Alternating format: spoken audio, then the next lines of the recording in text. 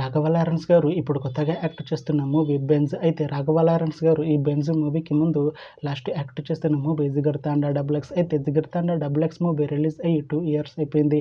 అయితే Jigarthanda double X movie release అయ్యి మంచి హిట్ అయింది. అయితే జిగర్తాండా డబుల్ ఎక్స్ మూవీతో రాఘవ లారెన్స్ గారికి ఒక మంచి హిట్ వచ్చింది. అయితే రాఘవ లారెన్స్ గారు Jigarthanda double X movie release తర్వాత 2 ఇయర్స్ టైం గ్యాప్ తీసుకొని ఇప్పుడు మళ్ళీ ఈ బెంజ్ మూవీలో యాక్ట్ చేస్తున్నారు రాఘవ లారెన్స్ గారు.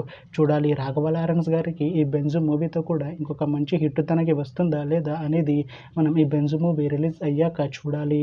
అయితే బెంజ్ మూవీలో సంయుక్త మీనన్ గారు యాక్ట్ చేస్తున్నారు. అయితే సంయుక్త మీనన్ గారు ఈ బెంజ్ మూవీకి ముందు లాస్ట్ యాక్ట్ చేసిన మూవీ డెవిల్. అయితే డెవిల్ మూవీ రిలీజ్ అయ్యి 1 ఇయర్ అయిపోయింది. అయితే డెవిల్ మూవీ రిలీజ్ అయ్యి మంచి హిట్ అయింది. అయితే డెవిల్ మూవీతో సంయుక్త మీనన్ గారికి ఒక మంచి హిట్ వచ్చింది. అయితే సంయుక్త మీనన్ గారు డెవిల్ మూవీ రిలీజ్ తర్వాత 1 ఇయర్ టైం గ్యాప్ తీసుకొని ఇప్పుడు మళ్ళీ ఈ బెంజ్ మూవీలో యాక్ట్ చేస్తున్నారు సంయుక్త మీనన్ గారు.